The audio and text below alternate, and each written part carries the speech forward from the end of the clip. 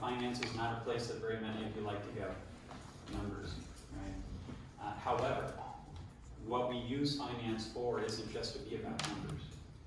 It's to give us information we need to make strategic decisions so that we can get to a desired outcome. And that's the fun part that y'all are normally thinking about, right? So, we're going to talk about mixers, minions, and manuscripts. That's going to get us through this short format this morning. Go ahead. But first, real quick, in 2018, CB Insights did a survey of 101 founders whose businesses didn't make it. They didn't make it financially. And they asked them why. And you can see here all of the reasons that they gave for why their businesses didn't make it. But what I want you to focus on is the second one at the top, running out of cash. Because when it comes right down to it, every business fails because it comes out of cash. All the other reasons that you see listed up there revolve or cause that one, right? So in the finance world, we call this undercapitalization. Most startups, virtually all of them, are undercapitalized when they don't have a capital plan for how they're going to get through growth to profitability. Go ahead. So first, just a few things about profitability, because we think we understand profit. Yeah, I get it. Profit. Money comes in, money goes out, what's left over is profit, right?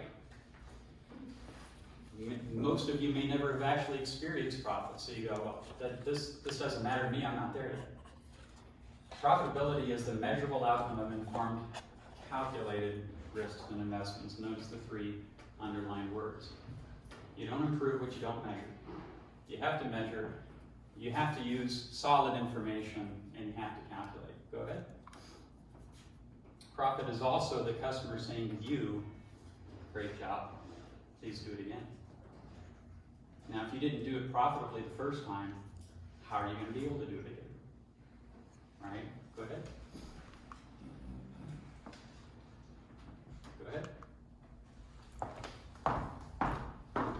Oh, thank you. Is the right arrow or the wrong? Right. Profit is not this, that, or the next thing.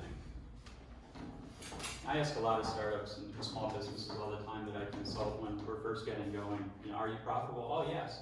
Well, how do you know? Oh, well, there's money in the till.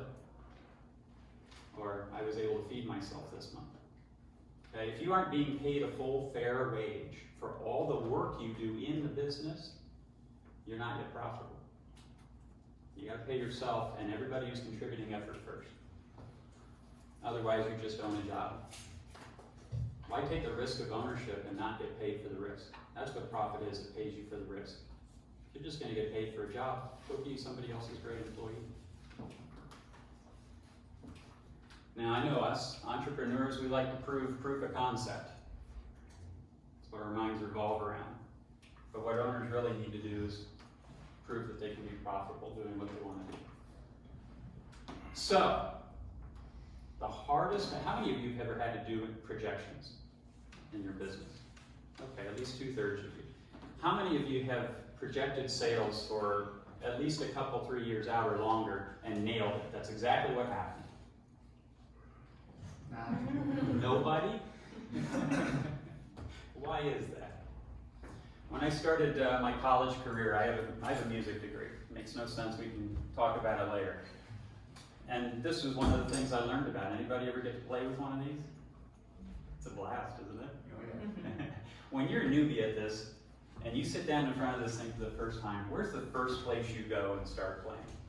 I mean, it's usually on the left down there in the faders. The faders, right. It's the biggest piece, right? It's got the longest reach, okay? It really gives you that tactile sensation of I'm doing something, right? Okay, and maybe you've got a few instruments on a stage, and so you're playing with the volumes. You're trying to make it to where you can hear everything the way you want to hear it, right? And that's exactly backwards to how to properly play this instrument. The most important thing when you're mixing a room is up here at the top in this little row of knobs. It's called the gain, the input gain. And if the gain's not right, and you push too much volume down here, you hear lots of bad stuff coming out of the speakers. Blow them, blow the speakers. Well, That's exactly what happens to businesses. We don't have enough gain coming at the top, and we overpower all the expenses and we blow it up, right?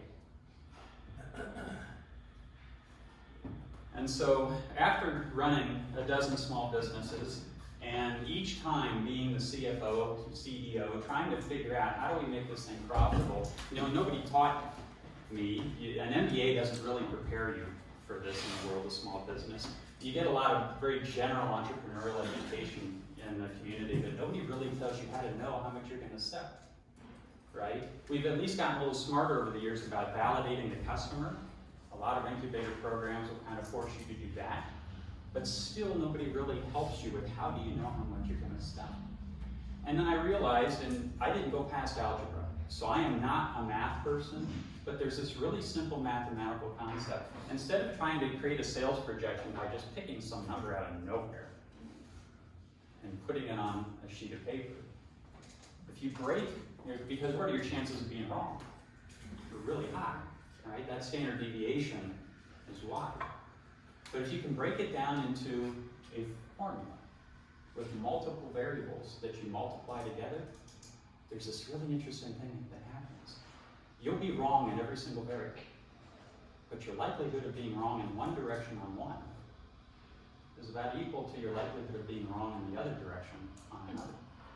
And the more variables in the equation, the closer you get to an actual possibility.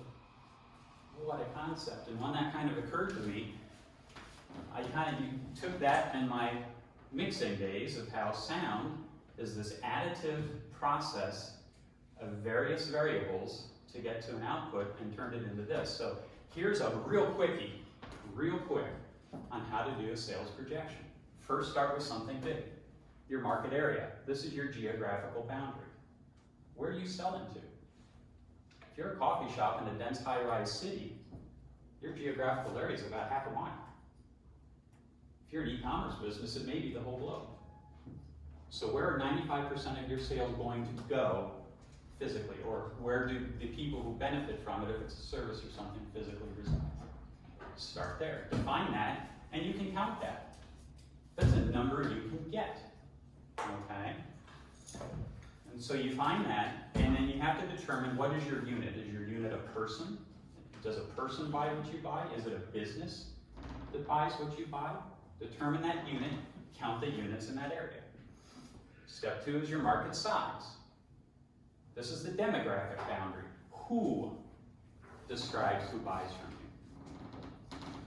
Okay, if this is people, certain age, gender, educational status, background, industry, training, income, describe that person in every dimension that you can. Who is your customer? If this is a business, what is that business? Certain industry, location, size, number of employees, revenue scale.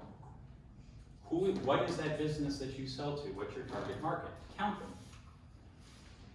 Okay? Your industry is likely to have some statistical research at hand, ready for you, that tells you what percent of all businesses or what percent of all consumers participate in what you sell. All right? Count them. That's your next variable. Then we move on to market reach. This is your marketing boundary, right? There are still people who have never heard of major name brands because they're just not a customer of what that brand does, okay? Everybody's probably heard of Coca-Cola, but not everybody's heard of Big Ben's. They just haven't, right? So not everybody is going to be aware, not all of your potential customers are going to be aware of you. You'll never hit 100%. But what's achievable? How many of your consumers in your demographic and geographic boundary can you make aware that you are a choice? And that's a function of what you invest in marketing. And so put a percentage on it. Now when you're doing this exercise, what you're aiming for is full scale. When you get as big as you're going to be, that's how you do this. Okay, you'll understand why in a minute, but just think long range. When you get to the end, to full saturation, how many people will be aware that you exist? Now your market share, this is your sales boundary. There's a couple of guys in here that understand sales, right? You probably track something called a closing rate, right? okay? Of the people who are aware of you, the people who contact you, how many can you turn into a sale, right? Put a percentage on that, add that to your equation. Now, what's your average selling price? You should do this exercise, this revenue building exercise per major category of thing you sell. If I'm a bicycle shop, I'm going to do this exercise for bicycles. I'm going to do it separately for accessories or apparel or service, because those are different customers coming in at different times. So if you have one product or service in mind right now, what is the average price for a single transaction? Add that into your equation. Next, how often will that transaction by that buyer be repeated? If you sell funeral caskets, put 0.0001. Okay, mathematically that'll work for you because you're only going to be a customer once, right? And if you are an avid coffee drinker, you might be 1,000 repeat purchases, and you're really loyal to your shop, your best customer. So, what's the average of all your customers? How often will they come back and make the same purchase with you over again? And you multiply these things, that market share, the average price, the number of repeat purchases, and this is all going to add up to your revenue potential. This is doable. Most people can do this in an hour or two with some internet research.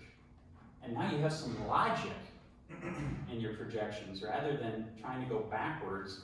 Well, here's all the money I want to spend, so how much money do I need at the top to spend all the money I want to spend? It's usually a losing way to start a business. And then you can even refine it further. You can take your revenue potential and mix in growth rates. What's the population's growth rate?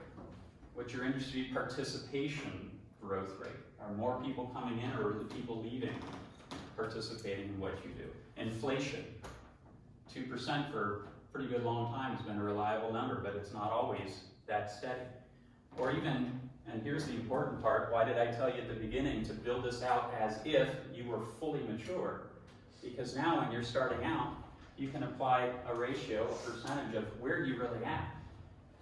The day before you start, you're at 0%, zero revenue. But you can plot a growth curve for your company so that month by month, how will I grow as a company, and apply that to your maximum potential so that you see how you get there. And it gives you a tremendous benchmark as you go to see how good your assumptions were and modify them so that your projections can be continuously, it's like a living thing, okay, continuously updated.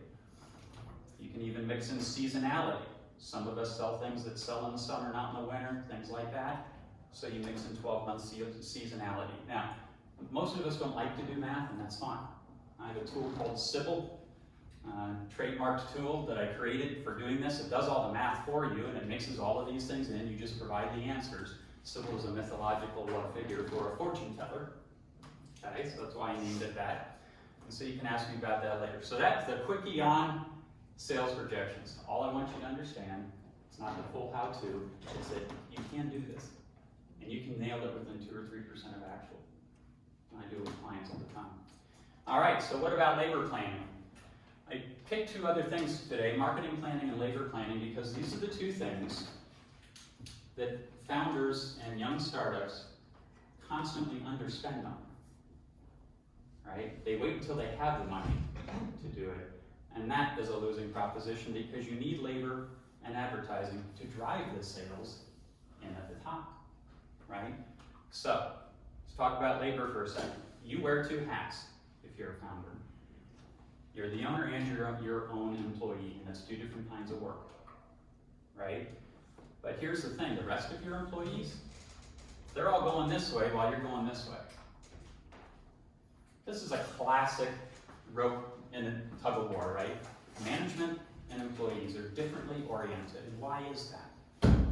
Well, we come up with all sorts of kind of social reasons today, and now we're trying to create these workspaces, right? Where we have treadmills and a beer garden and, stuff to make employees more comfortable, and hopefully they stay.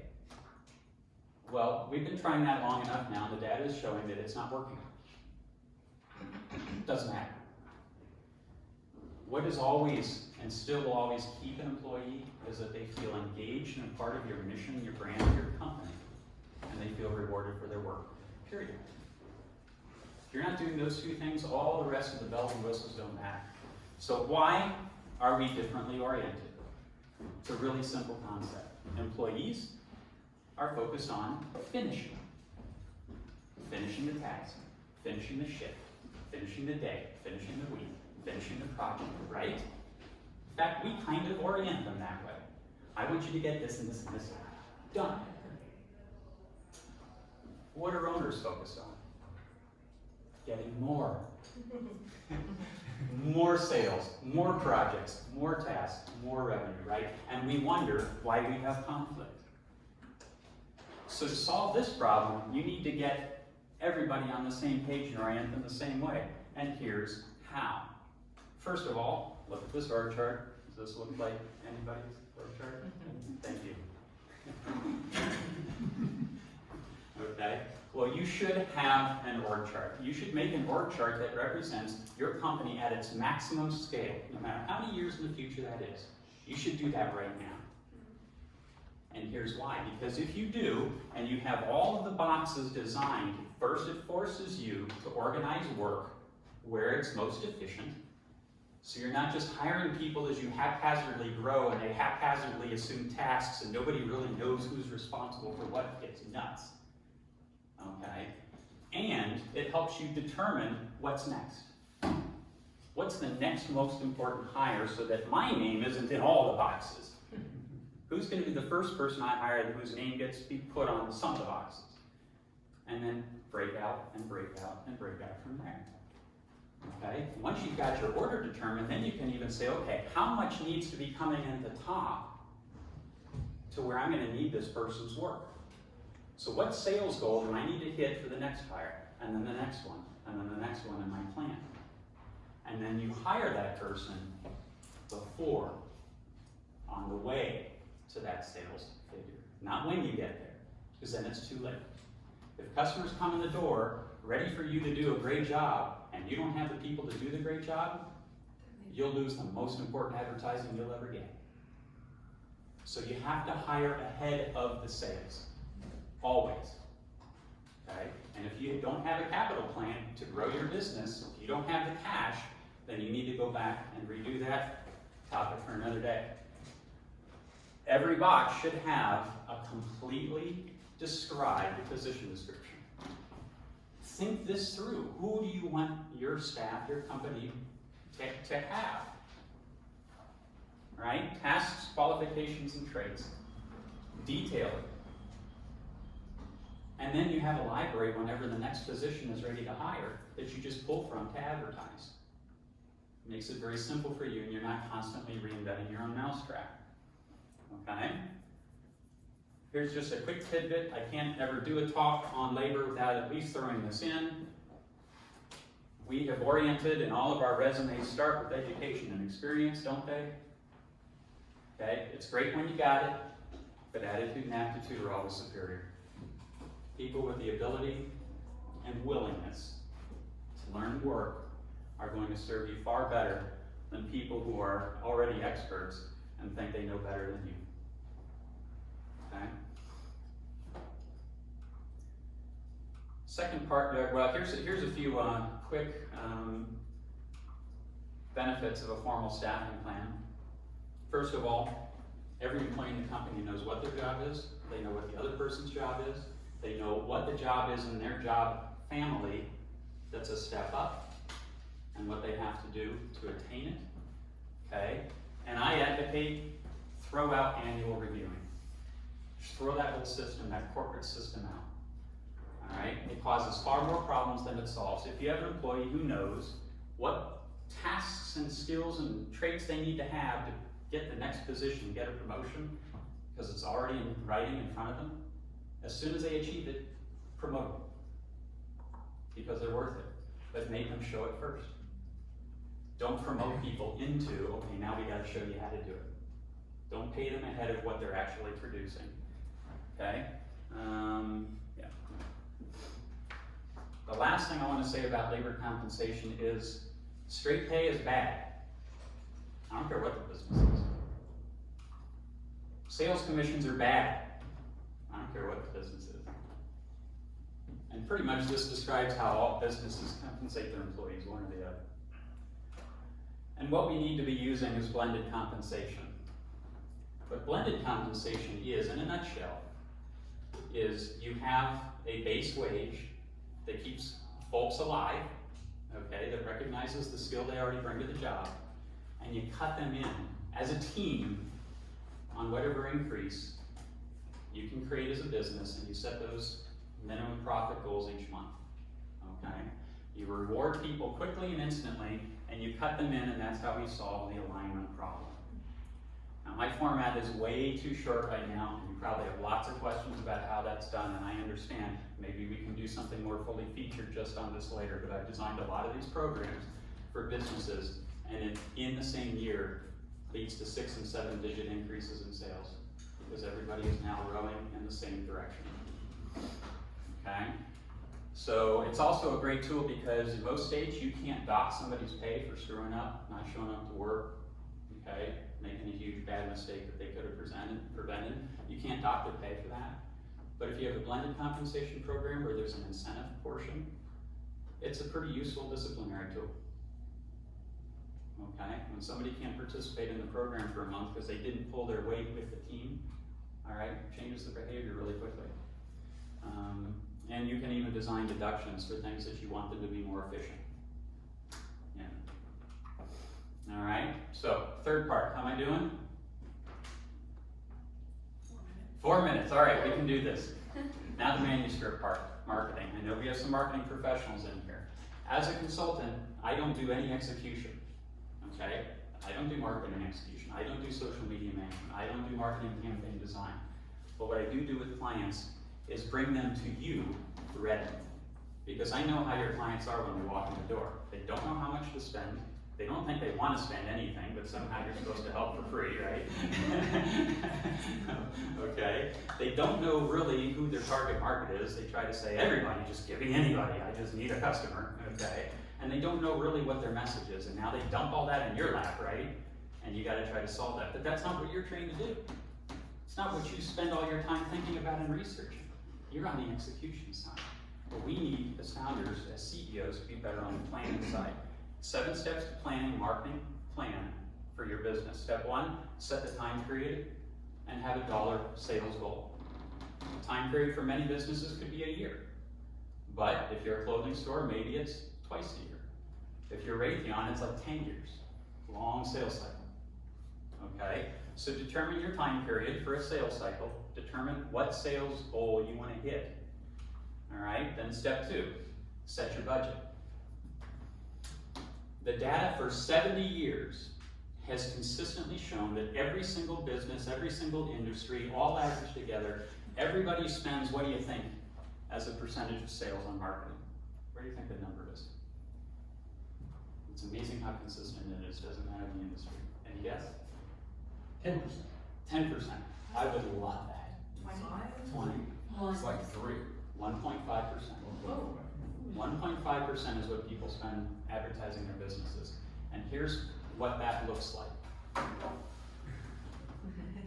You're choking the ability of your business to grow when you don't invest in marketing to grow your business. But we try to do these things on a shoestring, and so we don't have or don't perceive we have the money and we won't spend it. Also, it's hard for us to calculate ROI in marketing, so we're afraid of it, right? 6 to 12% is where you should be. Where you should be is going to be based on the kind of business you are. Durable goods, mature businesses, high visibility locations, and specialty products can be to the low end of that. Okay, if you're a pizza shop, you're going to be way up to 12%. So if you want 100,000 in sales next quarter, you need to put 12,000 in marketing to get there. And your business plan needs to show that all works out with profit at the end. So then, what do you do next? CEOs, you need to determine what are the potential target audiences you want to go after for the next period. These are your growth opportunities. It's not everyone. Be specific. All right? Take several groups of people you'd like to go after and then rank them. Which is the most valuable to you for the next period and the next and the next. Step 4 is where you then begin to bring in your marketing professional Invite them to the meeting because now you know what your target is, your budget, who your potential target markets are, and your sales professional can help you determine what is the sales medium for that target market that we should use, and how often do we need to hit it. Okay? Quick tip. Lots of businesses today are starting in a way that didn't start when I was starting a business 30 years ago, because we didn't have Facebook. And we all think, our marketing plan is great, it's really inexpensive, and we're going to use Facebook. Facebook is not the way to company success. It is a piece, but you can't ignore all of the other advertising channels, and yes, you're going to have to spend money, so get over it. Just plan for it, okay? Step 5 then, with your marketing professional, now with campaigns based on each target market, they're going to help you estimate costs. If we do a campaign on this market, here's what that's going to cost. This market, here's that, so on and so forth. And you won't be able to afford them all. This is where you make choices as CEO. We've designed 4 campaigns we can afford to. We're going to do these 2, we're going to put these 2 on the shelf, and we'll reevaluate them at our next planning cycle. Okay? That's how you make it affordable. Then, back-build the campaign calendar with every deadline that's necessary in order to meet that campaign, because you know you have print deadlines, and you have placement deadlines, and you have sales deadlines, and all that good stuff. Build that out on a big marketing calendar, meet regularly, execute, and adjust. At the end of that planning period, have a retreat, and start the next planning period. Okay, I know I went through all of that very quickly, but marketing planning is like writing a play. And when you have a method to follow, it's actually quite fun.